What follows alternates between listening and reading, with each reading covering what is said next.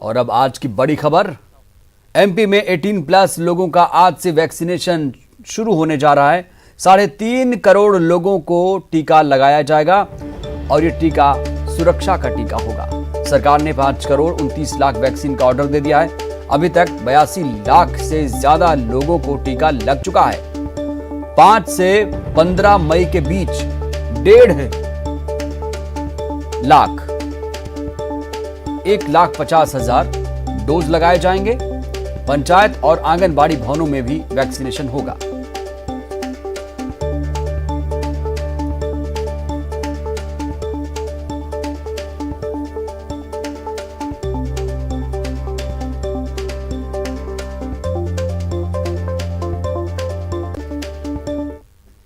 तो आज से शुभ टीका। जी हां, कोरोना के कहर के बीच मध्य प्रदेश में 18 प्लस के लोगों का आज से वैक्सीनेशन शुरू होगा, जिसमें राज्य के 18 से लेकर 44 साल तक की उम्र के लोग शामिल होंगे। राज्य सरकार की तरफ से सभी नागरिकों को ये वैक्सीन लगाई जाएगी।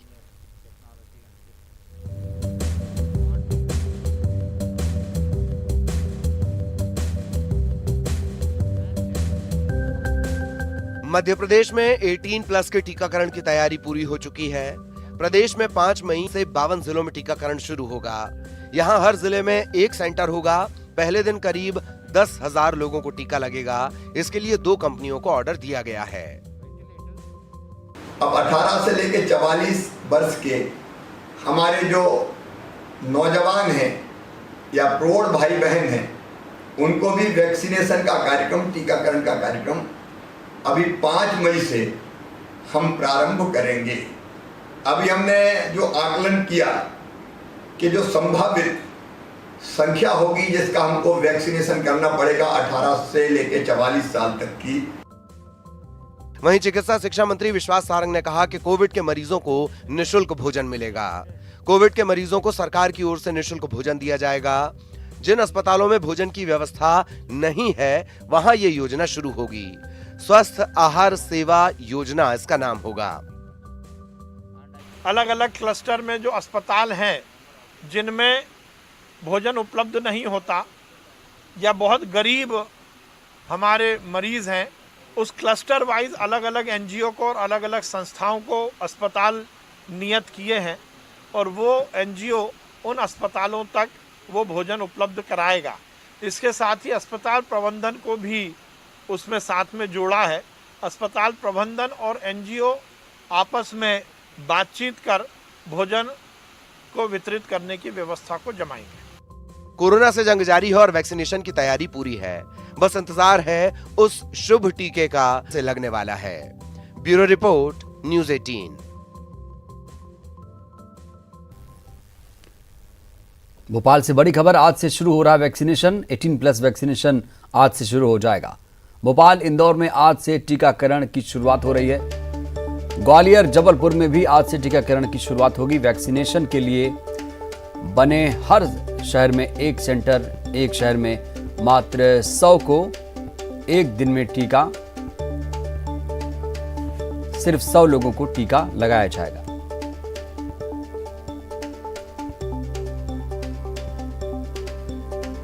तो 18 प्लस वैक्सीनेशन आज से शुरू होगा। भोपाल, इंदौर में आज से टीकाकरण की शुरुआत हो रही है। ग्वालियर, जबलपुर में आज से टीकाकरण शुरू हो रहा है।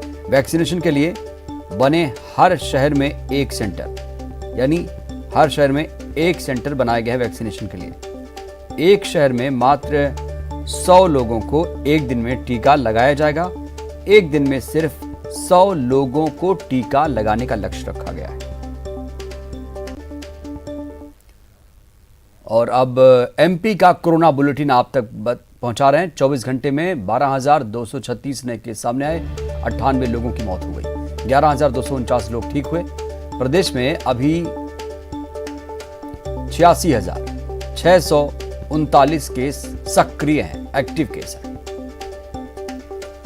तो एक दिन में 12,236 नए केस सामने आए हैं। केसेस कम हो रहे हैं। अगर कल की संख्या से आप आज की संख्या का तुलना करें तो आप इसे कम पाएंगे।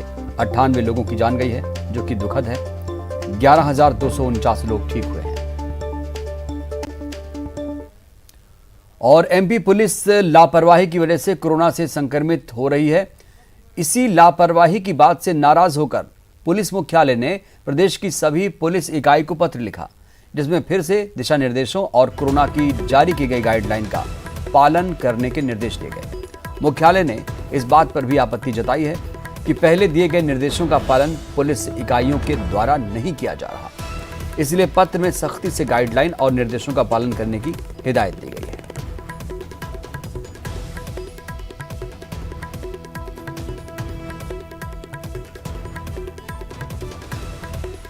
और 3 जिलों के दौरे पर जा रहे हैं कमलनाथ। छिंदवाड़ा, इंदौर और झाबुआ जाएंगे पीसीसी चीफ।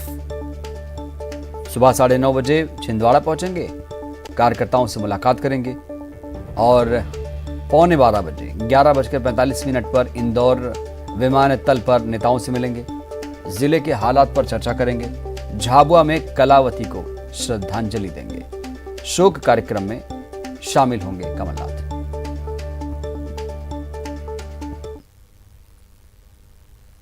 और बंगाल हिंसा के विरोध में बीजेपी का आज बड़ा प्रदर्शन है। बीजेपी देशव्यापी प्रदर्शन आज करने जा रही है। एमपी में भी इसका असर है।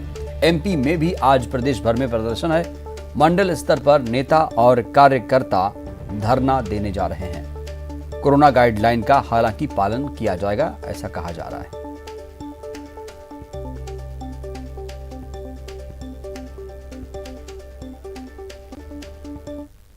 जबलपुर के ओमती थाना अंतर्गत घंटा घर में देर रात दोहरी हत्या से सनसनी फैल गई। इलाके में रहने वाले इब्राहिम ने पहले किराएदार शकील और फिर पत्नी राबिया को चाकू से घायल कर दिया। जब दोनों को विक्टोरिया अस्पताल ले जाया गया तो डॉक्टर ने उन्हें मृत घोषित कर दिया। बताया जा रहा है कि इब्राहिम अपनी पत्नी राबिया और 3 बेटियों के साथ ससुराल में ही रहता था। उनके घर में शकील किराएदार से रह रहा था।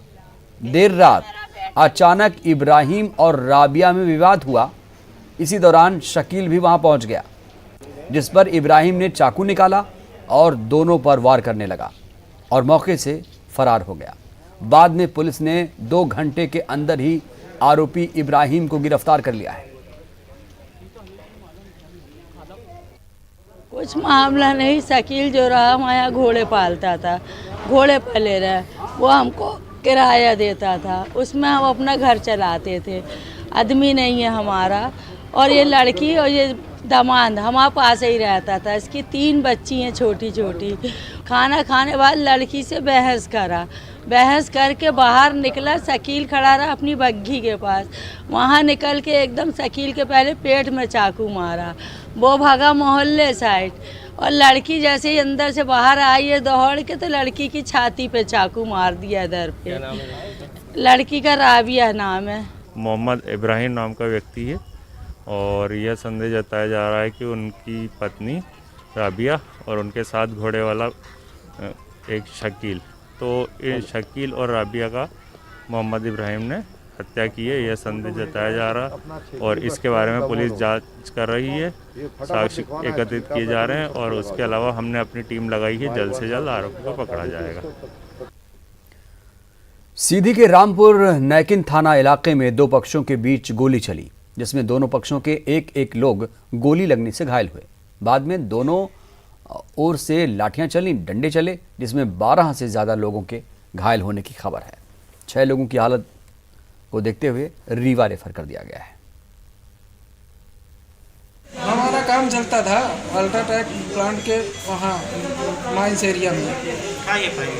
तो ये लोग 5-6 लोग लोनिया जाके दोपहर में वहाँ लेबर काम कर रहे थे, तो उनके साथ बदतमीजी कर रहे थे दोपहर में, लंच टाइम में। तो लेबर फ़ोन किए तो हमारा भाई गया, तो ये लोग दोपहर में भाई को भी गाली दिए और मारपीट किए। फिर दोपहर में पुलिस गई, पुलिस जाके समझौता करवाया।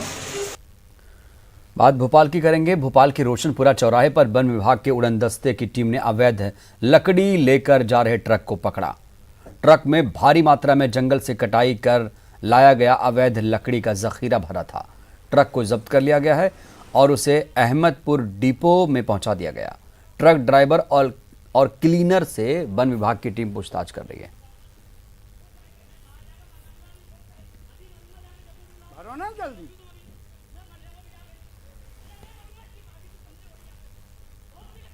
ब्रेक के बाद आप सभी का स्वागत।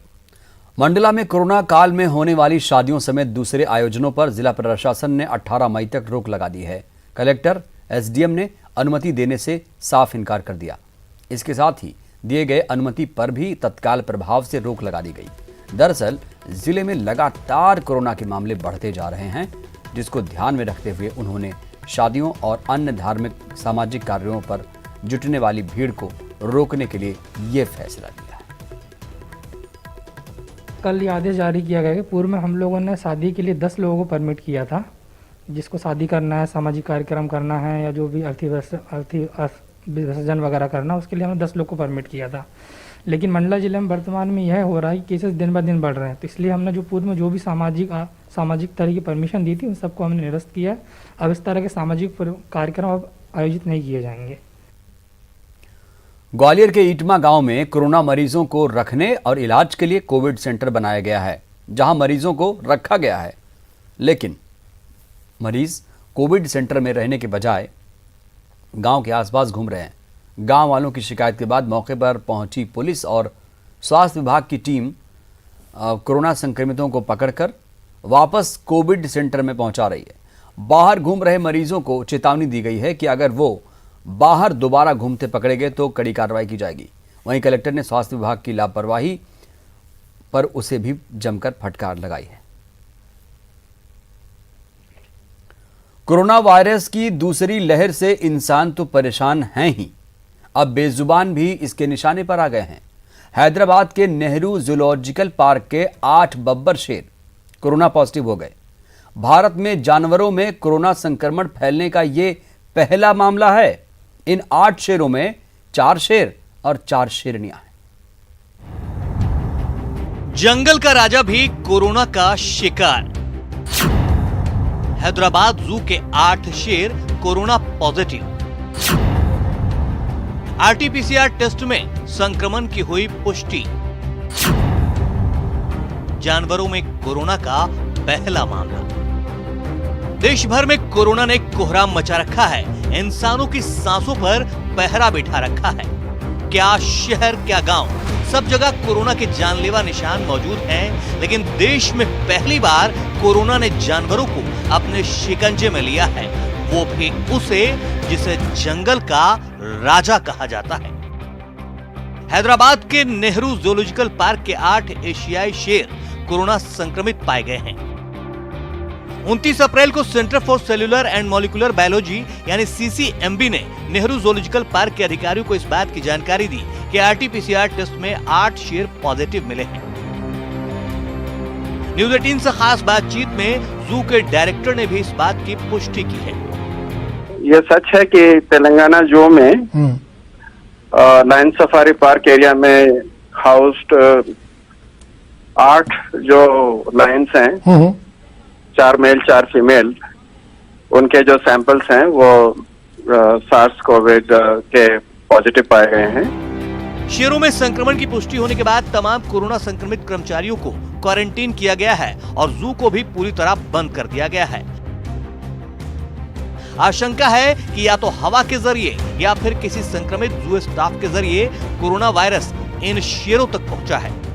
मोस्ट पॉसिबली ये जो है हमारे किसी कर्मचारी से या हवा के माध्यम से जो है लाइन तक पहुंचा है। एंड सब्सिक्वेंटली जो है जितने भी कोविड पॉजिटिव हमारे एम्प्लॉयज थे उनको भी क्वारंटाइन में रहने की जो है हिदायत दी गई है। तो आगे फैलने की हम कोई अब उम्मीद भी नहीं करते हैं, क्योंकि इस टाइम जो है जो है कम्प्लीटली बंद कर दिया गया है। दरअसल 24 अप्रैल को पशु चिकित्सकों ने इन जानवरों की देखभाल के दौरान पाया कि इनमें कोरोना के लक्षण जैसे भूख न लगना, नाक से पानी आना और कफ जैसे लक्षण हैं। फिर इनका सैंपल टेस्ट के लिए भेजा गया, जिसके बाद 4 शेर और 4 शेरनियां कोविड पॉजिटिव मिले हैं। इस जू में मौजूदा वक्त में 12 शेर हैं, जिनकी उम्र करीब 10 साल है। आपको बता दें कि पिछले साल न्यूयॉर्क के एक जू में 8 शेर कोरोना पॉजिटिव पाए गए थे। इसके अलावा इससे पहले जानवरों में कोरोना संक्रमण को लेकर कोई खबर सामने नहीं आई थी। हालांकि हांगकांग में कुत्तों और बिल्लियों में कोरोना वायरस पाया गया था। क्योंकि कोरोना वायरस एयरबॉर्न है, ऐसे में माना जा रहा है कि आसपास रह रहे लोगों के संपर्क में आने से भी इन शेरों का संक्रमण हुआ हो। ये भी कयास लगाए जा रहे हैं कि इन शेरों की देखभाल करने वालों से भी इन्हें संक्रमण हुआ हो, क्योंकि हाल ही में जू में काम करने वाले 25 कर्मचारियों को कोरोना संक्रमण हो चुका है। इसलिए इस घटना के बाद से नेहरू जूलॉजिकल पार्क को आम लोगों के लिए बंद कर दिया गया है। Bureau report, news 18। और बात रिलायंस की, जिसने अपना वादा निभाते हुए गुजरात के जामनगर में 400 बेड वाले कोविड अस्पताल का शुभारंभ कर दिया है।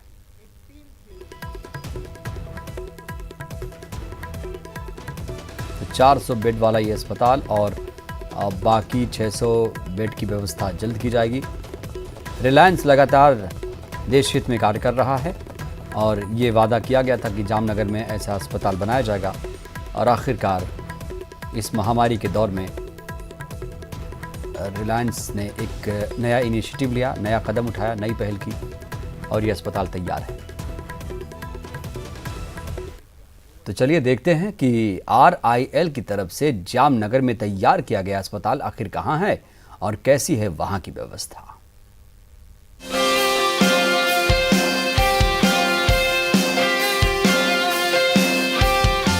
कोरोना की विषम परिस्थिति में गुजरात के जामनगर में 1000 बेड का कोविड अस्पताल बनाने की रिलायंस फाउंडेशन ने जो जाहिरात की थी, उसके तहत ही जामनगर के डेंटल कैंपस में 400 बेड का Covid care centre Reliance foundation ने शुरू कर दिया गया है। खास करके आज CM विजय रूपाणी ने यहाँ का जो कोविड केयर सेंटर है उसका वर्चुअल माध्यम से लोकार्पण भी कर दिया है। खास करके बात की जाए, यहाँ जो सौराष्ट्र भर से जो मरीज आ रहे हैं, ये मरीज को सारवार के लिए ऑक्सीजन भी मुहैया कराया जा रहा है। दूसरी तरफ बात की जाए, सभी तरह के यहाँ के डॉक्टर और पैरामेडिकल स्टाफ भी भर्ती कर लिए गए हैं और यहाँ आज जो मरीज आने वाले हैं, मरीज को सारवार भी शुरू कर दी गई है। किंजल कारसरिया, न्यूज़ 18, जामनगर, गुजरात।